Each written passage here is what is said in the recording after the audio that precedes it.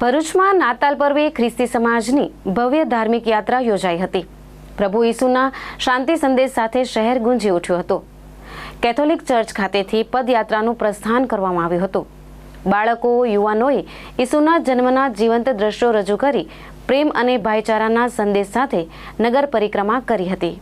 આગામી 25મી ડિસેમ્બરના રોજ ઉજવાનારા નાતાલ પર્વના પૂર્વાધ રૂપે ભરૂચમાં ખ્રિસ્તી સમાજ દ્વારા એક ભવ્ય ધાર્મિક પદયાત્રાનું આયોજન કરવામાં આવ્યું હતું।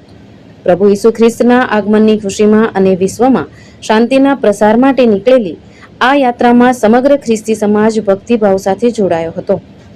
સેન્ટ ઝેવિયર્સ શાળા સ્થિત કેથોલિક ચર્ચ ખાતેથી આ યાત્રાનું ઉમંગભેર પ્રસ્થાન કરવામાં આવ્યું હતું। યાત્રાનું મુખ્ય આકર્ષણ ચર્ચના બાળકો અને યુવાનો હતા, જેમણે પ્રભુ ઈસુના જન્મ સમયના ઐતિહાસિક દ્રશ્યો અને પાત્રોની વેશભૂષા ધારણ કરી શહેરીજનોના મન મોહી લીધા હતા। યાત્રા દ્વારા પ્રેમ, કરુણા અને શાંતિનો દિવ્ય સંદેશ ફેલાવવામાં આવ્યો હતો। આપ સૌને સૌપ્રથમ a very good morning અને એક very good morning કહેતા નાતાલની સલામ, નાતાલની અને બેસતા વર્ષની સોનેરી સલામ પણ પાઠવું છું। આજે ભરૂચ શહેરના સૌ ભક્તો, ભાઈઓ, બહેનો અને વિશેષ રીતે બાળ મિત્રોને નાતાલનો સંદેશ, નાતાલની શુભેચ્છાઓ લઈને અમે આ જીવન ગબાનની યાત્રા લઈને આવી રહ્યા છીએ અથવા ફરવાના છીએ। બસ શુભેચ્છાઓ પાઠવવા અને નાતાલની સલામ આપવા, નાતાલનો સંદેશ આપવા।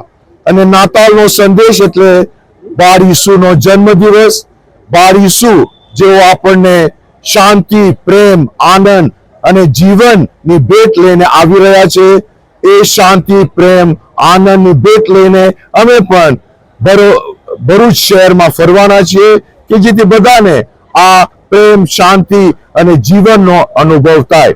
સાથે સાથે પ્રભુ ઈસુ સ્વર્ગ છોડી પૃથ્વી ઉપર આવ્યા અંધકારનો નાશ કરવા, પાપનો નાશ કરવા, મૃત્યુનો નાશ કરવા। તો સૌને આ આશાનો સંદેશ, પ્રેમનો સંદેશ, શાંતિનો સંદેશ આપવા માટે જ અમે આ જીવન ક્રીબ લઈને, જીવન ગબાન લઈને ભરૂચ શહેરમાં ફરવાના છીએ। સૌને ફરી એકવાર નાતાલની શુભેચ્છાઓ અને નાતાલ તેમજ બેસતા વર્ષની સોનેરી સલામ। God bless all of us. Thank you. Ketan Mehta, દ્રષ્ટિકોણ ન્યૂઝ, ભરૂચ।